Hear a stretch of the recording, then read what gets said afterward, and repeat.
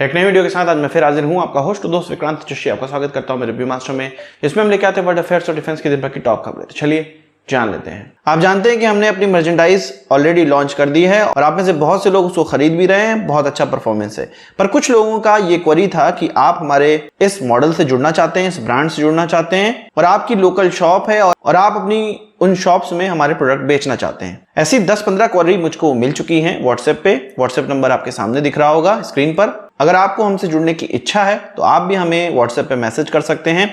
हम आगे देखेंगे किस तरह से हम लोग कॉपरेशन कर सकते हैं और आपकी दुकान तक अपने ब्रांड के प्रोडक्ट पहुंचाना हमारी जिम्मेदारी है। बात करते हैं भारत और तंजानिया रिश्तों की। तंजानिया को हम लोग 5 वर्षीय एक प्रोग्राम दे रहे हैं जिसमें कि हम इंफ्रास्ट्रक्चर के साथ साथ डिफेंस कॉपरेशन पे भी बात कर रहे हैं।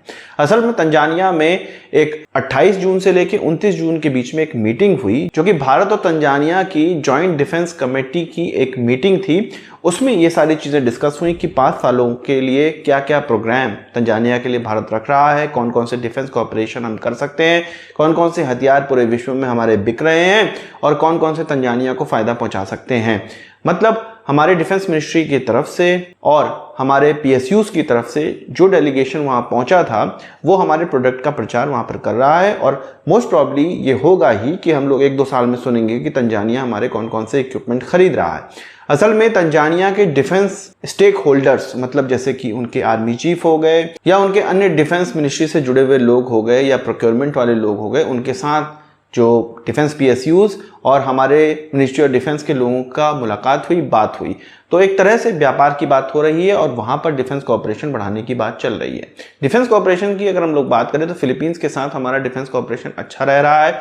साथ ही साथ हम लोग ने फिर से उस चीज़ को दोहराया है जिसमें कि concessional line of credit Philippines को दिया जाएगा जिससे कि वो हमसे नेवल इक्विपमेंट खरीद सकता है, वॉरशिप खरीद सकता है और भी उसको डिफेंस के लिए जो भी इक्विपमेंट की आवश्यकता है वो हमारे इस कंसेशनल लाइन ऑफ क्रेडिट से खरीद सकता है। और इस चीज़ को फिर से हम लोग दोहराया है क्योंकि उनके जो फॉरेन सेक्रेटरी है वो भारत आए हुए थे। भारत के फॉरेन मिनिस्टर से उनकी मुलाकात हुई और उसमें फिर ये चीज़ें दोहराई गई हैं।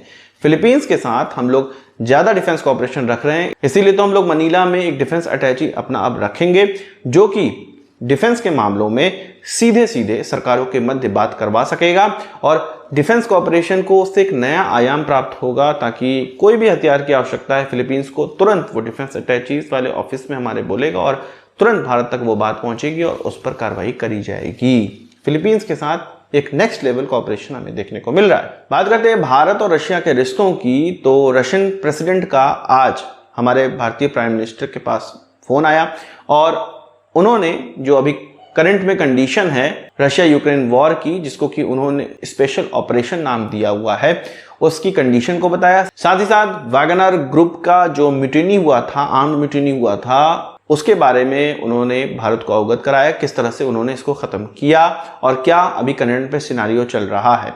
ये जो ब्रीफिंग है उन्होंने पहले टर्की, ईरान ऑलरेडी को की हुई है, अब भारत को भी उन्होंने करी। ईरान की बात ही सामने आई है तो ईरान में एक बहुत बड़ी घटना करी गई जो कि मोसाद के द्वारा करी गई है। पूरी कहानी आप सुनेंगे तो आपको काफी अच्छा लगेगा और कमेंट बॉक्स में अपने व्यूज जरूर बताइएगा। असल में आपको पता है कि इजराइल और ईरान के बीच में कितनी बड़ी दुश्मनी है और लगातार एक दूसरे को परास्त करने का ये लोग प्रयास करते रहते हैं।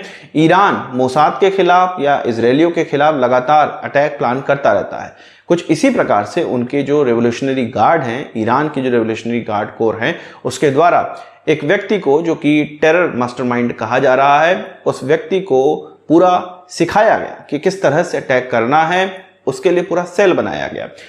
ये अटैक था वो इजराइल के अंदर नहीं होना था, ये साइप्रस में होना था और इजरायलियों पर होना था। इस चीज़ का पता मोसाद को पता चल गया और ईरान में जाके मोसाद के एजेंट्स ने इस मास्टरमाइंड को ही किडनैप कर लिया और अपने देश लेकर आए। फिर उससे पूछताछ करी गई कि क्या क्या तुम लोग का प्लान था, किसने तुम्हें शिक्षा दी है। तो उन्होंने बताया कि ईरानियन रेवोल्यूशनरी गार्ड्स के द्वारा उनको ये सारी ट्रेनिंग दी गई, उनको बताया गया अटैक कैसे प्लान करना है। साथ ही साथ साइप्रस में भी जो ये सेल के पार्ट थे उनको भी अब गिरफ्तार कर लिया गया है और मोसाद के द्वारा ये कहा गया, इजराइल के द्वारा ये कहा गया कि विश्व में कहीं भी कोई भी इजरायली होगा, कोई भी जीविश होगा, उस पर जो अटैक अगर प्लान होगा तो मोसाद उसको रोकने के लिए कटिबद्ध है और उसको रोकने का प्रयास करेगा और रोकता भी है। इसी प्रकार की चीज़ भारत को भी रिक्वायर्ड है। इसी प्रकार की चीज़ हमें कनाडा और यूके के अंदर करनी चाहिए, कुछ ऑस्ट्रेलिया में भी करनी चाहिए।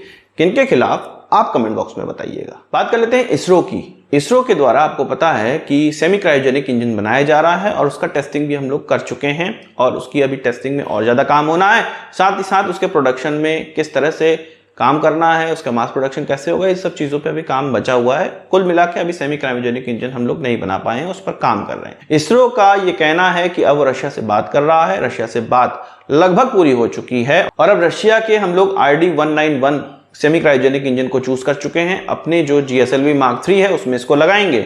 इसका फायदा ये होगा कि हैवी पेलोड इसके माध्यम से ले जाया जा सकेगा, सेम रॉकेट के माध्यम से। और क्योंकि हम लोग आगे ह्यूमन मिशन प्रोग्राम कर रहे हैं, इसलिए उसमें भी ये काम आने वाला है। साथ ही साथ बड़ी सैटेलाइटों को लॉन्च करने में भी ये काम आएगा। भारत को इस सेमी क्रायोजेनिक इंजन की बहुत ज्यादा आवश्यकता है और रशिया का जो सेमी क्रायोजेनिक इंजन है वो वर्ल्ड वाइड बहुत ज्यादा पसंद किया जाता है। भारत को भी ये टेक्नोलॉजी या भारतीय कंपनी को ये टेक्नोलॉजी प्राप्त होगी इस नेगोशिएशन के बाद और भारत के अंदर ही इसका निर्माण स्टार्ट कर दिया जाएगा। अब ये देखना है कि ये भारत को इंटेलेक्चुअल प्रॉपर्टी मिलता है कि नहीं मिलता है, आगे प्लान कैसा होगा। पर ये जो रशियन इंजन है वो भारत के अंदर अब बनाया जाने लगेगा आने वाले 1-2 सालों के अंदर। बात करते हैं अपने इंडियन एयरफोर्स की और डिफेंस जानकारों की। इंडियन एयरफोर्स की बात चली है तो तेजस को अब इंडक्ट हुए 7 साल हो चुके हैं। बहुत ही अच्छा परफॉर्मेंस हमारे तेजस का देखने को मिल रहा है और इसके जो अपग्रेडेड वर्जन बन रहे हैं उसमें भी अच्छी गति देखने को मिल रही है। और हम जानते हैं कि भारत के अंदर अब GE का F414 इंजन भी बनने लगेगा कुछ समय के बाद। इस इंजन के साथ भारत के जो सिक्योरिटी प्लानर हैं वो काफी खुश हैं कि भारत के अंदर भी इंजन बनने लगेगा और हम इंजन पे दूसरों पे निर्भर नहीं रहेंगे। हालांकि इंटेलेक्चुअल प्रॉपर्टी राइट हमें नहीं मिल रहा है, पर फिर भी इंजन भारत के अंदर बनने लगेगा इन एयरक्राफ्टों के लिए। वहीं सिक्योरिटी प्लानर इस चीज से भी खुश हैं कि चीन के पास जो WS-10 इंजन है जिसको कि उन्होंने J-20 में लगाया और ये AL-31 जो कि रशियन इंजन है उसका ही एक चाइनीज वर्जन है, वो अच्छा परफॉर्म नहीं कर रहा है। वो जिन एयरक्राफ्टों में लगा हुआ है उसका डाउन टाइम बहुत ज्यादा है और सर्विसिबिलिटी बहुत ज्यादा बेकार है। इसके अलावा उन्होंने WS-15 इंजन का भी ट्रायल स्टार्ट कर दिया है और उसका प्रोडक्शन भी स्टार्ट करने जा रहे हैं, पर उसमें भी देखने को मिल रहा है कि वो अच्छा परफॉर्म नहीं कर रहा है और जो वेस्टर्न इंजन्स हैं उनसे जो उसकी लाइफ है वो 1/4 ही होती है या 1/3 होती है। तो जहां भारत को इंजन की टेक्नोलॉजी मिल रही है और भारत इसमें आत्मनिर्भर धीरे धीरे बनता चला जा रहा है, वहीं चीन का जो इंजन है वो अच्छा परफॉर्म नहीं कर रहा है। भारत के लिए खुशी की बात है, पर यहां पर एक पेंच है कि भारत के पास कोई भी टेक्नोलॉजी नहीं है। भारत केवल दूसरे की टेक्नोलॉजी का भारत के अंदर निर्माण करेगा, पर चीन के पास एक्चुअल टेक्नोलॉजी पहुंच गई है। अभी भले ही खराब है और विश्व के अन्य कंट्रीज उसको और टेक्नोलॉजी नहीं पहुंचने दे रहे, पर बहुत ज्यादा प्रयास कर रहा है चीन। और अगर वो ये इंजन डेवलप कर लेता है फिर तो वो बेताज बादशाह बन जाएगा, क्योंकि जिस तरह से ड्रोन उसने पूरे विश्व में फैलाए हैं, अमेरिका उतनी तेजी से नहीं फैला सका था और ना ही वो फैलाना चाहते क्योंकि उनके ड्रोन्स काफी अच्छे हैं। अगर चीन इंजन के मामले में इतना आगे बढ़ जाता है तो वो पूरे विश्व में एक छत्र राज कर लेगा इंजन मेकिंग में। भारत को उसको प्राप्त करना अभी हाल फिलहाल में बहुत मुश्किल लग रहा है, भले ही हम लोग अमेरिकन इंजन भारत के अंदर बनाने लगे। आज की इस वीडियो के लिए बस इतना ही। आशा करता हूँ वीडियो पसंद आया होगा।